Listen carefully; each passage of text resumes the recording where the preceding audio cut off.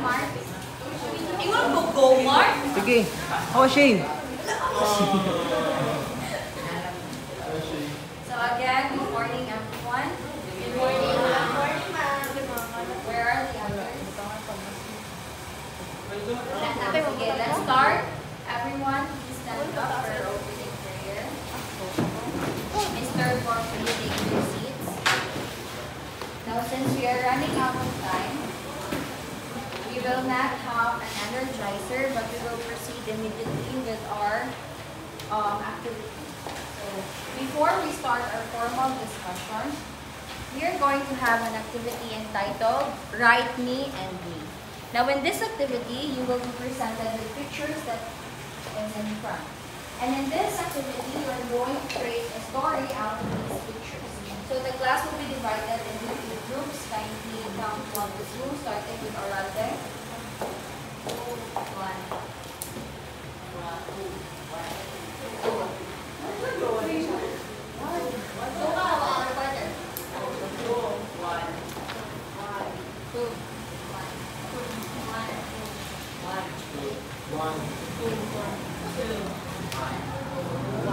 Kindly go to your respective groups, 1 and 2.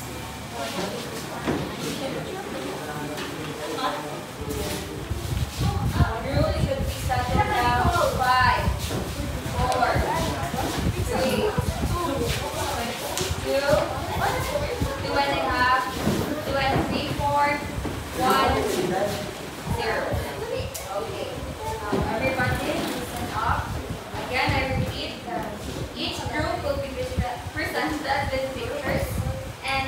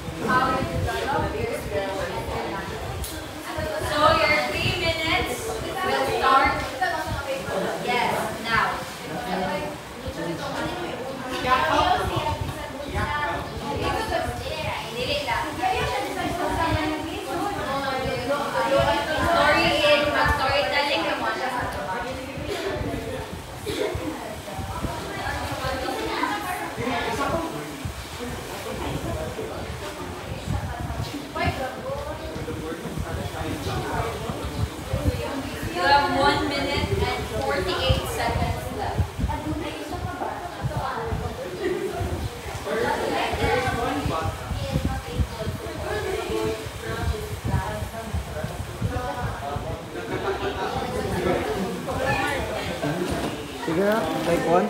Hindi ko maklaro. Ipon ko. Paper.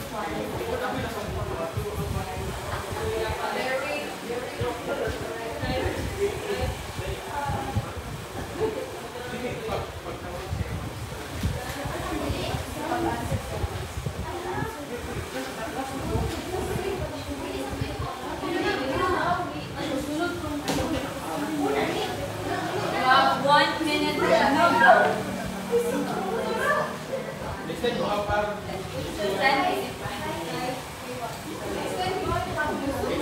Wala na yan, I'm on our own. Ako kumain. 10 seconds. 19 rather. 40 seconds. Ay, sige, wala na.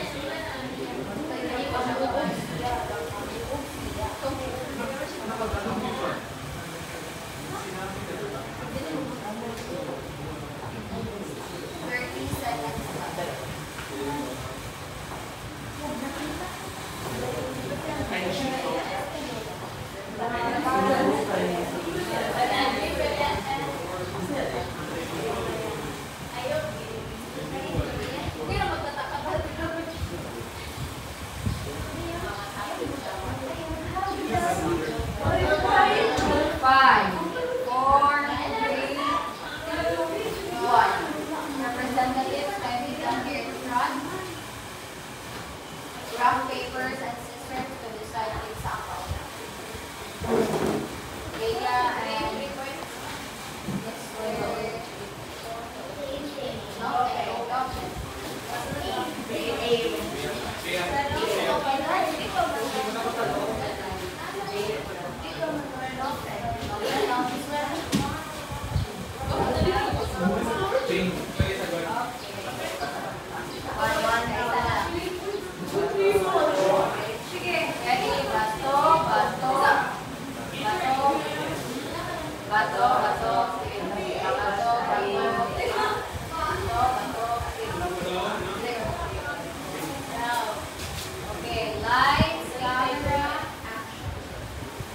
Good morning, everyone. We will share to you our picture interpretation of our story. Si Nicole ay isunod sa classroom. She is having difficulty with coping up with her class. She is unable to express her thoughts and feelings. She is not able to cooperate in her class. That is why her academic performance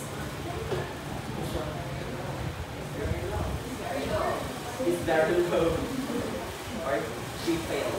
So, the teacher notices that struggle of Nicole.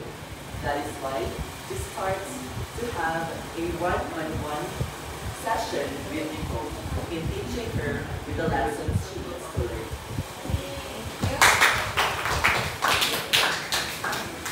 now with group 2's interpretation for the picture from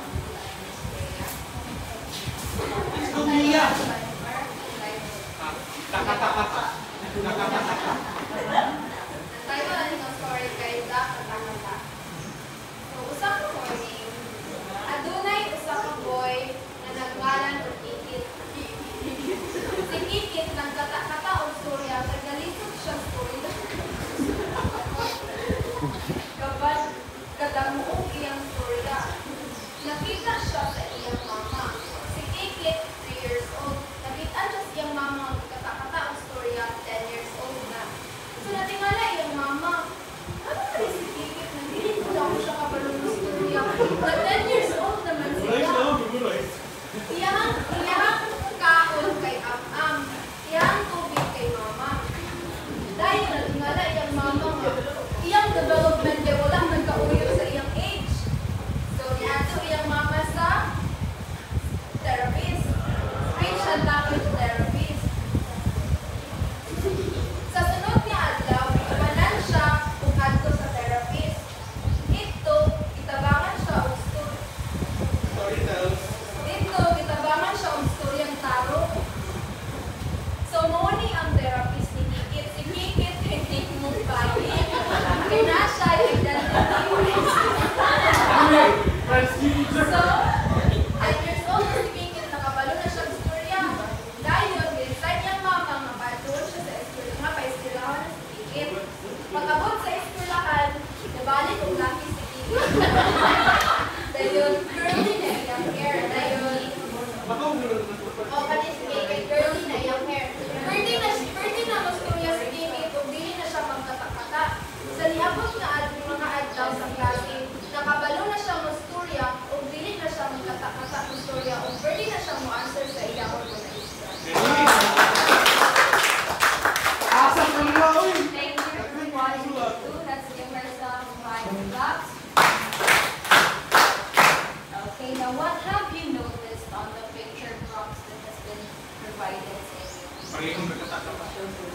Mr. Rasitas.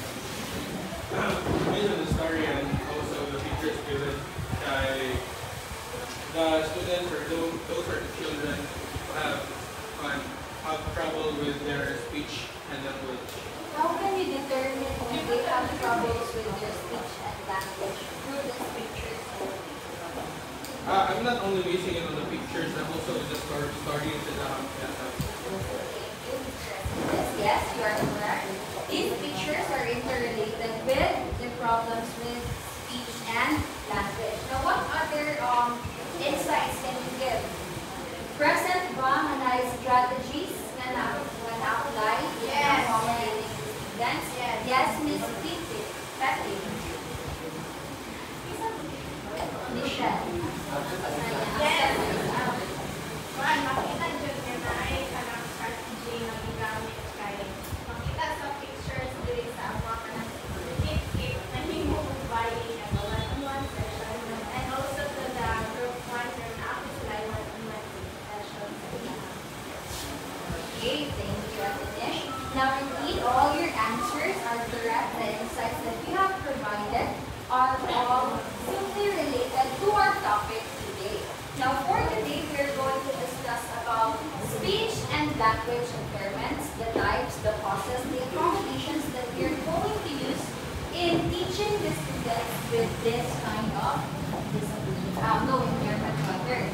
Now, can someone give me an insight of what are their thoughts when it comes to hearing this word, speech and language impairments? Yes, Ms. Ortiz. When I hear those words, speech and language, I would say they are having trouble pronouncing or talking. Maybe it can be caused in many aspects or factors. Maybe less exposure or ganako sila na ang development sila mag-speak kay wala kayo na enhance because wala kaayo na mag-talk nila while nag-talk sila. Or maybe ang ilang muscle tone that is used sa pag-speak kay dili kaayo that coordinated or has the correct to Yes, your answer is correct. When we talk about speech and language impairments, it basically talks about how one has difficulties communicating through their speech and language. Now, as per definition, speech and language impairments are communication disorders that affect a person's ability to understand, use, and reduce language effectively. These impairments can significantly impact a student's academic performance and social interactions. Now, of course, if we have speech and language impairments, we really do have difficulties in communicating ourselves with others and expressing our thoughts, our feelings, and emotions, and so much more. Now, there are types of speech and language impairments. First is speech impairment. So this includes articulation disorders, difficulty pronouncing sounds, fluency disorders like stuttering, and voice disorders, which have problems with speech, volume, or quality. Now, speech impairments is all about how one produces sounds and phrases and words. It basically talks about how you can fully voice out the voices inside your head. Because when you don't know what speech or when you don't have the ability to voice out your feelings and emotions, you cannot properly express yourself to each and every one of your peers. Now, speech impairment talks about how each child has difficulty pronouncing sounds with their fluency, with how they articulate words, with how they form words. And it is a very crucial part in knowing the impairment because some would say na gituyo lang na sa bata to get out of school. Some would say, teachers would say na gainanin na siya behavior tantrums so hindi niya para hindi siya makapagsin sa bihan. And as teachers, as future educators, we have to be very knowledgeable dili lang aspect. Patikot mo nga mga social science, social studies, social science and social studies, science and social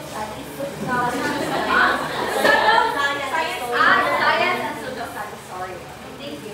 Now, we have to be very knowledgeable when it comes to determining the students' unique needs and unique learning difficulties in order for us to properly accommodate their different learning styles. Now, for the second type, language impairment, so this affects the comprehension and expression of language. They can be receptive, difficulty understanding, expressive, difficulty speaking, or mixed. Language impairment is basically talking about how one can fully project himself or herself throughout the whole world. This impairment talks about how one can form words and phrases na pwede niyang masulti towards her peers or her family and the people that surround her. So, naturally, two types, receptive, difficulty understanding. So, bisan o ang bata nga na speech impairment, speech and language impairment, isa kung saan mo nagyaw-yaw ka sa tubangan kapuluon, man ang pagbalik, maglisod yun na sila sa buti mo. Dili tungod kay dili ka maayon ng teacher, but they have problems understanding. They have problems understanding basic human words. Now, for expressive, it talks about the emotions and how a child can express himself. Bisan kung maglagot na kayo ang bata with speech and language impairment, dili siya kabalong ma-express yan o galingan there's a tendency na misunderstood na to siya. Now, speech impairment includes apraxia of speech. So this talks about difficulty planning and coordinating the movements needed for speech. So when we talk about planning and coordinating, it is the formation of how we formulate words. Because before tamusulti o mga butang, like here in front, we articulate it in our mind. We have to formally create it in a sense na daling makomprehend sa uban. Now, for those students with speech and language impairments, they have difficulty in creating this one because I'll talk about na nasa causes later na nasa like developmental delay. So, some parts ay lang brain, kaya wala na nag-function or na-ay delay when it comes to relaying the message from one neuron to another. And then, the sartoria, so this is the weakness or incoordination of the muscles used for speech. So basically, dili na siya nato ang jaw. Kaya mo man himugimo ang jaw na siya. Jaw. So mo man siya himugimo when we are talking or when we are trying to express ourselves in front. Now, sa dysarthria, mura ni siya o jaw na misalignment sa imuhang jaw, sa imuhang nose. So they have problems. Isa po nito sa causes sa speech and language impairment. Stuttering, very common na siya.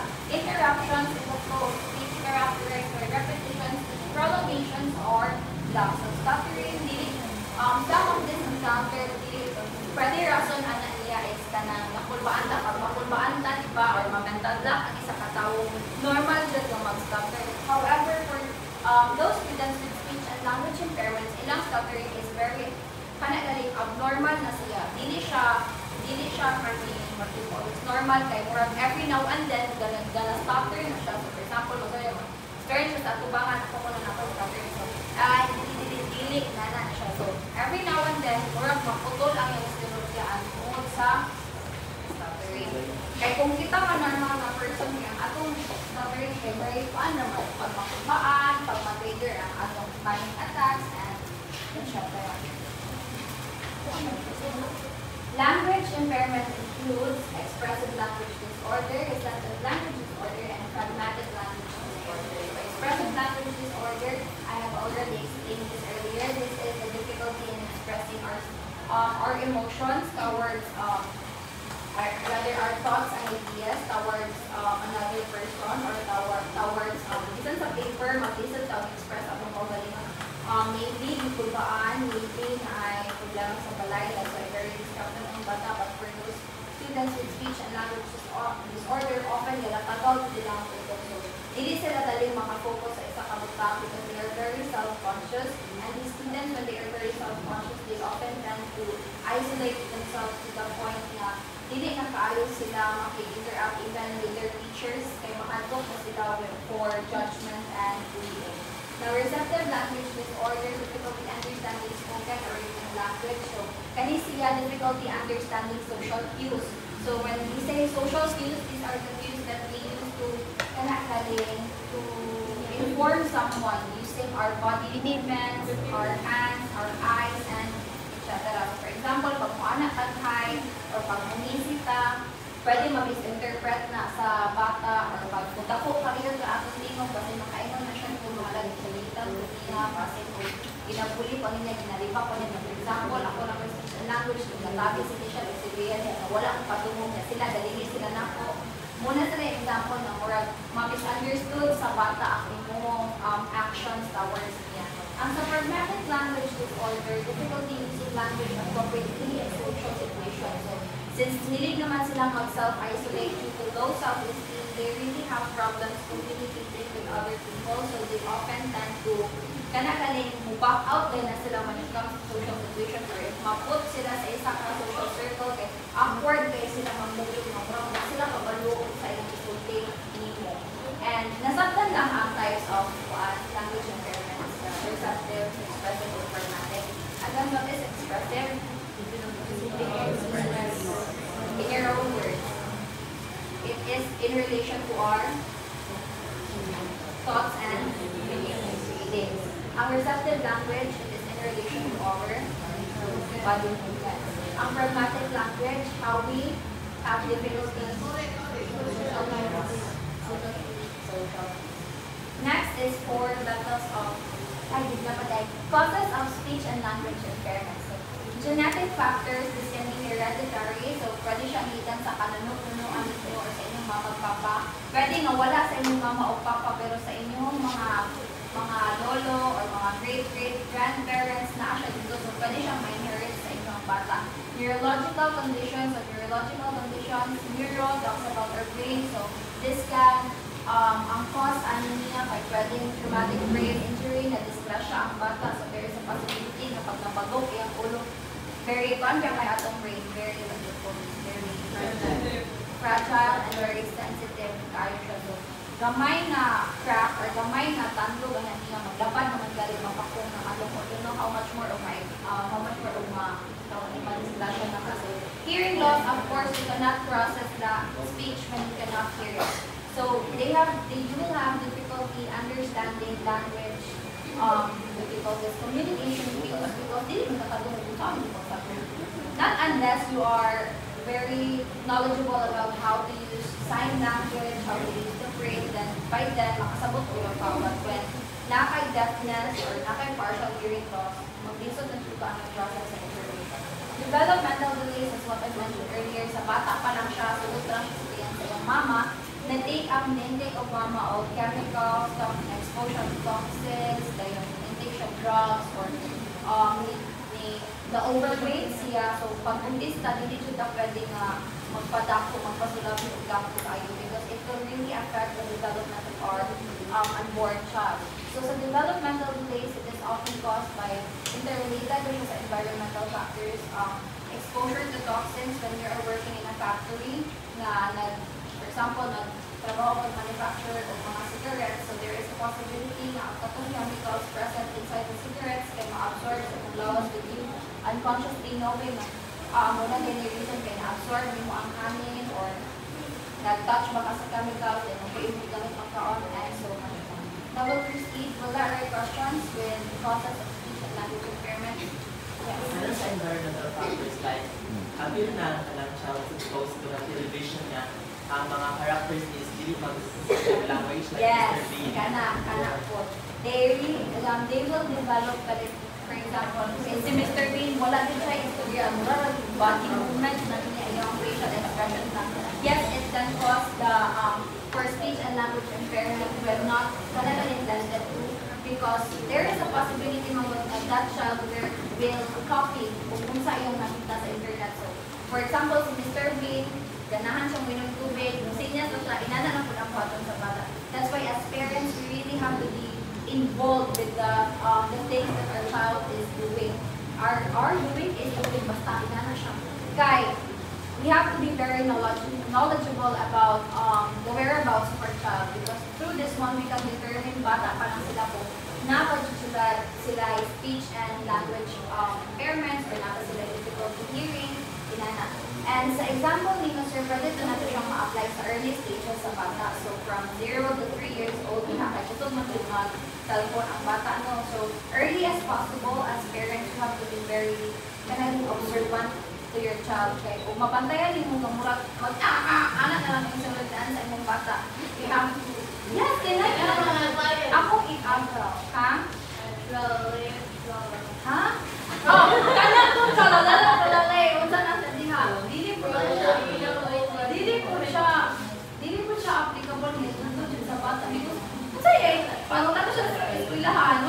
tralalay. At ang pero tralalay. Mura na sige istorya sa bata. So, we have to be observant and mindful of the things that we say and do in front of the child or the things that we present sa bata. Okay? Child are like mirrors. What we do, they copy. So we have to be very mindful of the things that we do. So are there any other questions, clarifications? If none, we'll proceed with the process. None? Okay, let's raise number 8. Okay, so next is we have the level of severity. So first is mild. So it indicates some difficulty, but the individual can still communicate effectively. So sa mild is kung ano siya, ang iyang difficulty sa iyang pag-express sa iyang kaugalingon is naari mga small challenges sa pag-storya niya or sa iyang pag-receive sa mga information. But ang iyang challenges is minor siya. So there is a moderate na is significantly impacts communication but with support and intervention. So sa moderate is kung ano siya, kanang-evident na ang iyang mga challenges sa iyang speech and sa iyang language. So mag-isod na siya dire o kanang pag-express sa iyang kaugalingon sa iyang thoughts or even sa iyang mga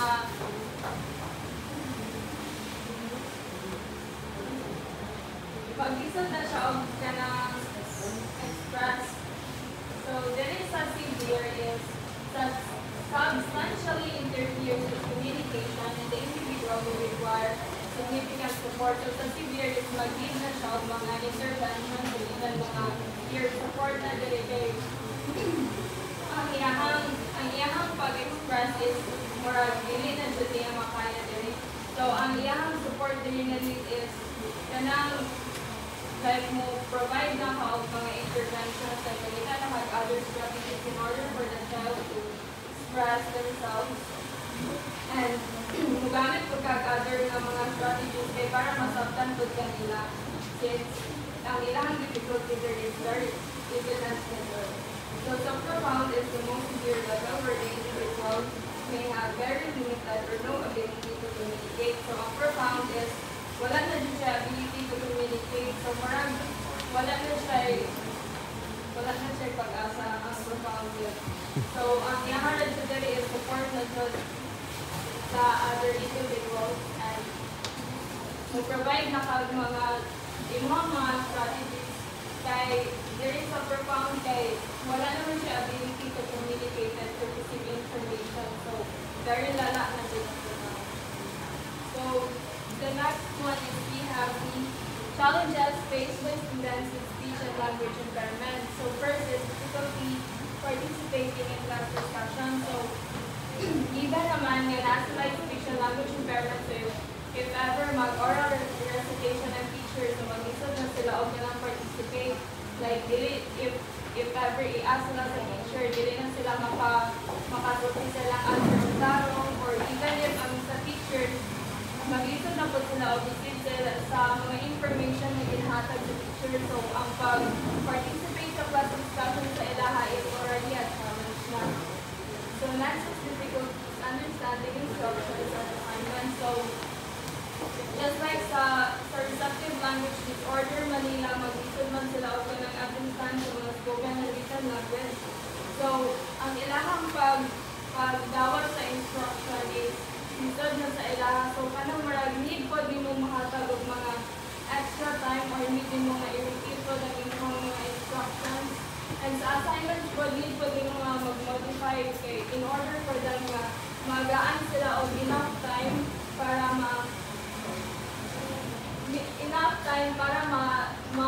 mahimo na nila ang mga tasks. So next is difficulties completing written work. So since na sila sa language impairment na ang language nga ilahang nga naasa or even ang ilahang vocabulary is mura. So that's why ang ilahang mga written works is already a challenge na sa ilaha. So next is social isolation and peer rejection. So mostly kay evident naman siya po ng mga bullying run. So if ever ka na mga mag-stop kay i-judge na dayon. So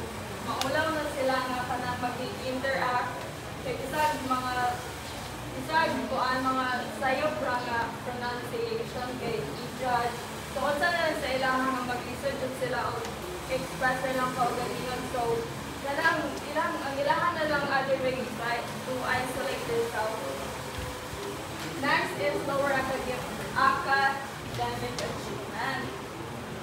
So, sa lower academic achievement, guys, since they were already struggling sa ilang mga written words, assignments, and even sa mga pag-understand sa instruction. So, mostly ang ilahang academic performance is ma-affected mostly. So, next is we have the accommodations to cater to students' needs. So, we have the assistive technology. So, what are the assistive technologies that we can provide?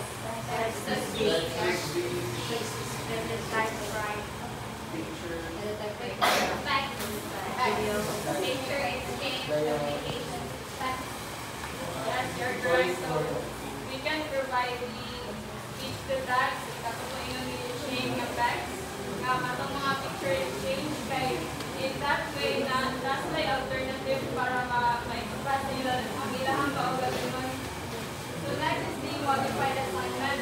So, just like what I said, kay nga in order for them na magaan sila og enough time, need nila i-modify ang ilang assignments kay lain na sila og space sa ilang pag-skilla. So, like, dili sila the same og level sa ilang learning. So, in order for them na maka-catch up, mo-modify ka sa imuhang mga assignments. So, next is extra time for tests and assignment. So, it is really important na mo hatag kag ample time for them kay kaisad man sila og express silang kaugalingan sa specific information. So, ang extra time for them is it will be enough para maka-provide sila or maka-comply sila sa need ng mga tasks. So, next is small group instruction.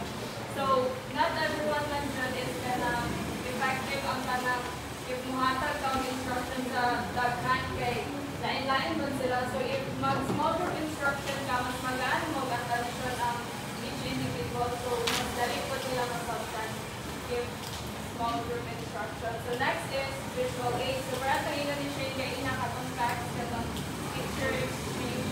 Pwede po siya sa visual aids and provide ka mga other alternatives, makakuan ka mga videos, mga pictures, kay para mas dali po sa ilang mga masabtan. So next is positive reinforcement and encouragement. So for those students nga speech and language impairment, it's really important na if masayop man sila, hindi mo i-point out ganyan ilang sayop. Instead nga imuhang i-acknowledge nga i-try sila or i-ganana. And di mo pong maingon ipasa sila na bit na ma-improve. So, Are there any other questions? Are you ready to equal? If none, we'll proceed with the activity. Since we're running out of time, we will randomly pick equal by one participant to play. The game is entitled Speaking Tongues. Speaking Tongues. Speaking Tongues. Miss Palitza, Pangilinan, Miss Ortiz, Mira, Pamintran. Mira, Pamintran.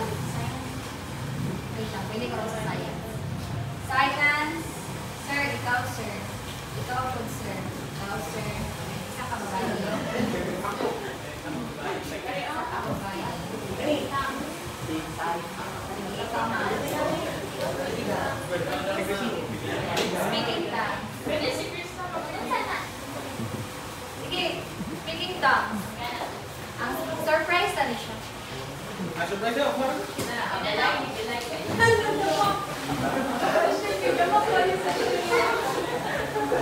Speaking tongues. That's a short recap. Again, what are the types of speech and language impairment?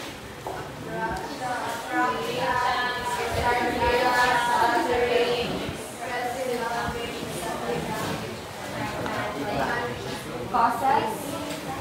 Genetic, neurological, medical,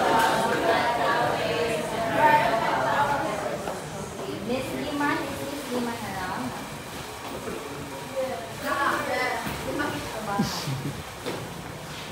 So, pila na mo count of participants? 1, 2, 4. 6. Okay, okay ka na. Pick a number from 1 to 8. 5. Number 5 na ha. 8. Number 8. 4. 7,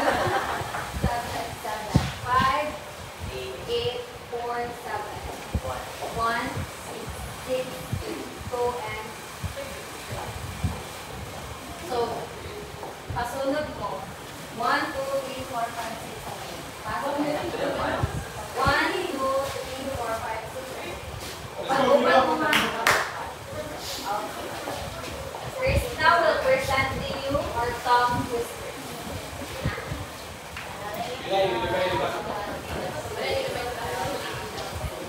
For easy, ito yung number 1.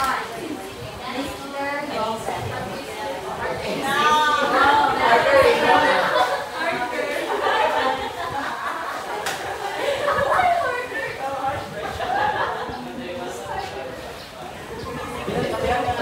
Okay, you have 2 chances. Instructions.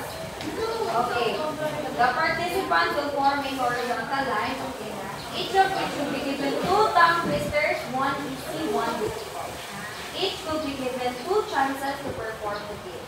The highest number of correct pronounced words will be the winner. Taduha. Ang usa hinay, ang usa paspas. Okay. Easy. Number 1. Many more men make many more mistakes. Again. Many more men make many more mistakes.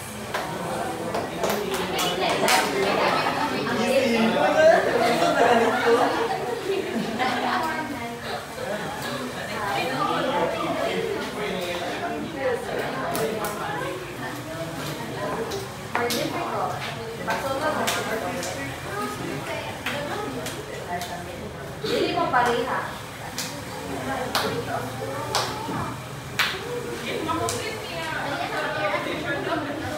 You will have your first. You will see exact step from the exam. Oh my God. Ready? Everyone, kindly listen. Difficult. The sick shakes, 6 shakes, sick. The sick shakes, 6 shakes, sick.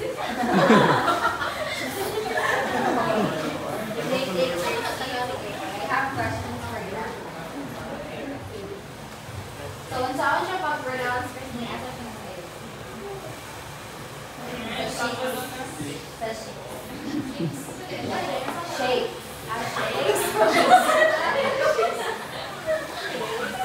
Okay, next, Mila. Easy. Let's go, Mila.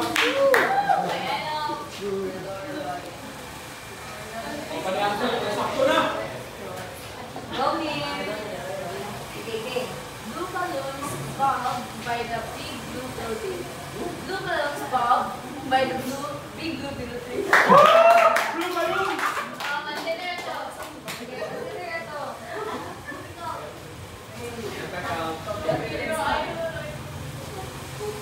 Chinky, nalulog na.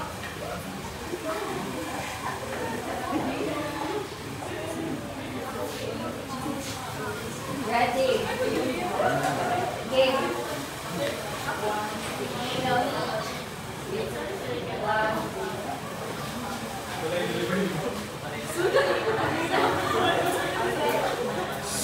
Fruit reaches trees, free, please you. Oh, sakto. Fruit reaches trees, free, please you. Oh, sakto.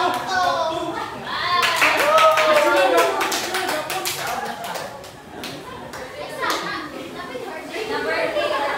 Masayop na.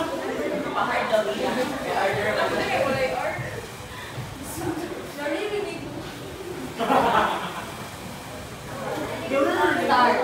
Little Larry loves his lucky Mas. Little Larry loves his lucky leather wallet.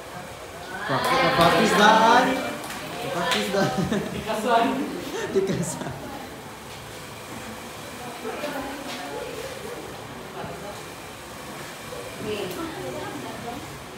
Okay. 1, 2, 3, start. Okay. 6, 6, 6, 6. Save na, save na, save na. Nakaisa. 6, 6, 6, 6. Save na, save na. Save na. Pero okay, suto so. Dili, kay Wala, kaya na hihirap. Okay, ikaw. Chichi. Stop it.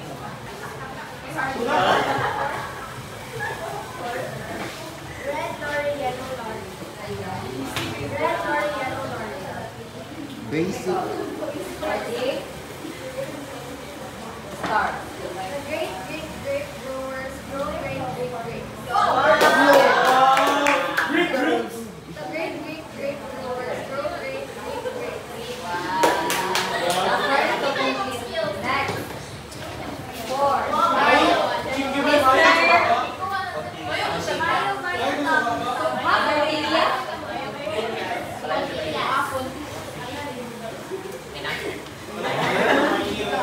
Okay, ready? Start. Susan sings Sassy Sister saw 7 shiny silver swans swimming quickly.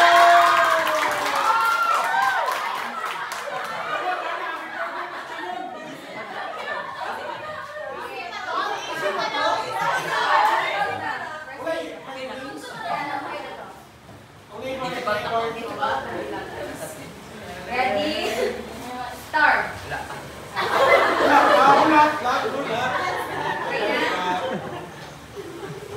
Okay, ready? Start.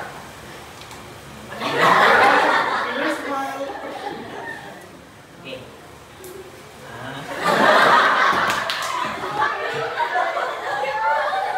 Sige.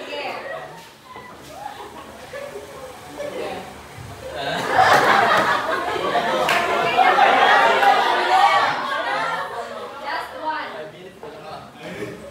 How much would moon?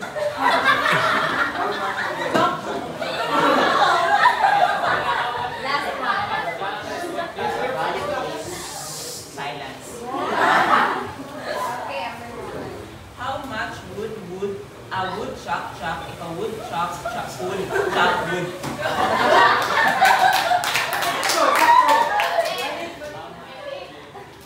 Next. Okay, ready? Start. Black buggy, yellow black bear. Next.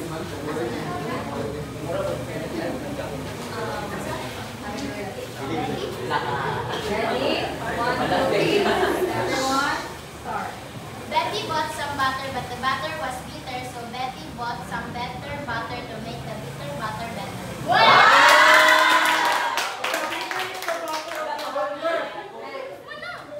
Ay, paligura. Ayok na. Ready? Start. Beautiful beast breed green leaf.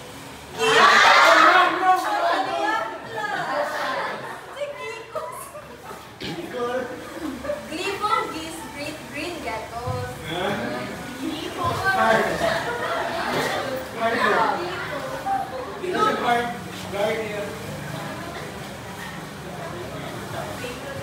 Ready? Start. Can you can Oh, last one. Ready? Nahinig sa? Can you can into an can like can into an can. Last, Mister.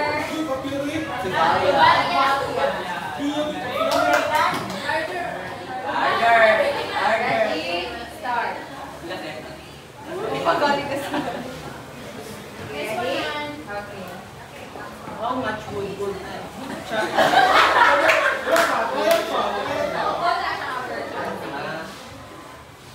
Last. How much would a woodchuck chuck?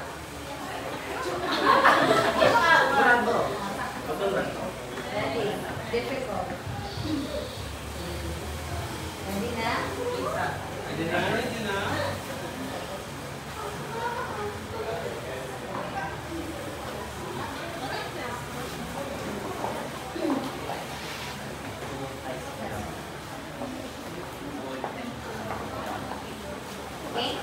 Ready? Okay, we're running out of time. Ready? 1, 2, 3. Start. Theophilus Festus, the successful Festus, sister assisted a few Dili na siya testos. Piso. Again. Last time. Theophilus Thesos, the successful Thesos, sister assisted a few successful Thesos. Accepted?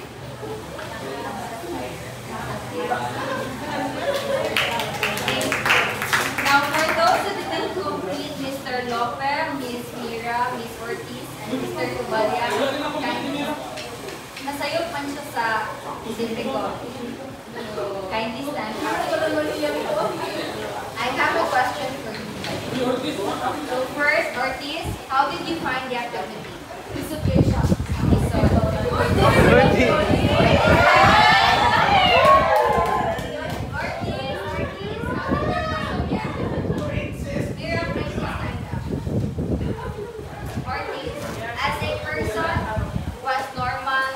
Delivery for speech and language. How did you find it? At first, it was easy because it was short and but the pronunciation of the words that we are reading is not that difficult to pronounce.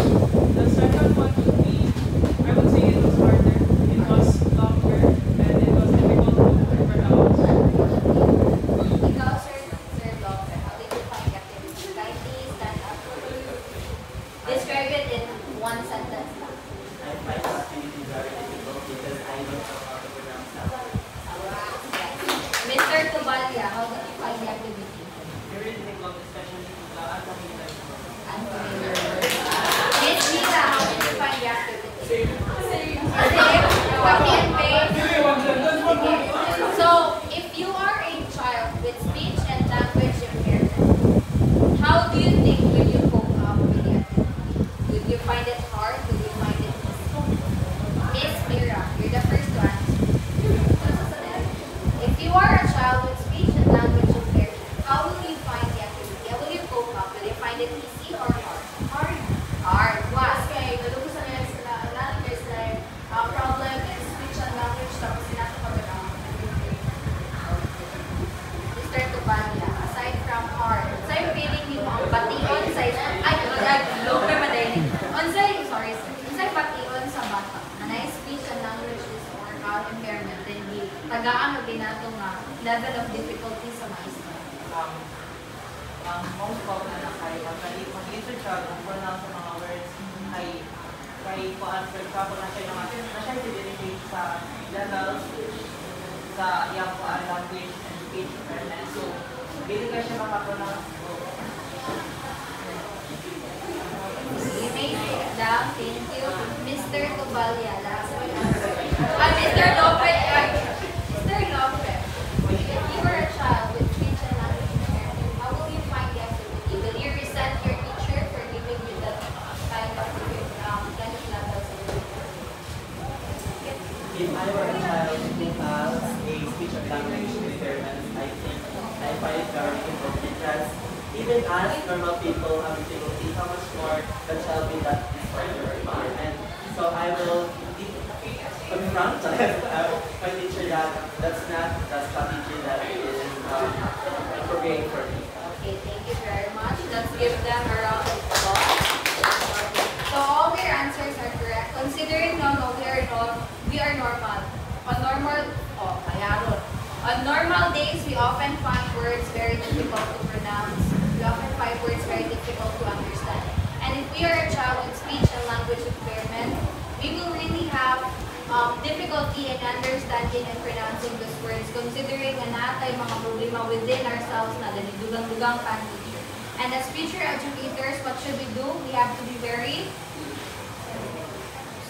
observant, understanding, efficient, considerate, and very strategic and very adaptive when it comes to implementing the different strategies, approaches, and accommodations to catering these child's very unique learning needs. Now, do you have any other questions for our report this morning? None?